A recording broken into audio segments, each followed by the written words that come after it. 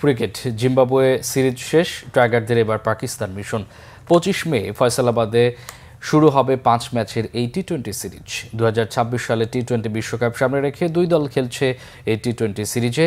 সেই লক্ষ্যে এই মাসের 22 তারিখে পাকিস্তান যাবে টাইগাররা। সিরিজের প্রথম টি-20 হবে ফয়সালাবাদের ইকবাল স্টেডিয়ামে, যেখানে 17 বছর পর হতে যাচ্ছে কোনো আন্তর্জাতিক ক্রিকেট ম্যাচ। সিরিজের দ্বিতীয় ম্যাচও হবে একই ভেন্যুতে।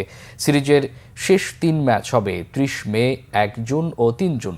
এই 3 ম্যাচের ভেন্যু হচ্ছে লাহোরের গাদ্দাফি স্টেডিয়াম। সিরিজের সব ম্যাচই হবে বাংলাদেশ সময় রাত 9টায়। এই সিরিজটি প্রথমে 3টি ওয়ানডে এবং সমান সংখ্যক টি-20 খেলার কথা ছিল দুই দেশের, কিন্তু এবছর টি-20 এশিয়া কাপ এবং আগামী বছর ভারত ও শ্রীলঙ্কায় টি-20 বিশ্বকাপের প্রস্তুতি নিশ্চিত করতে ওয়ানডে বাদ দিয়ে সিরিজে 5 ম্যাচ টি-20 খেলবে দুই দেশ।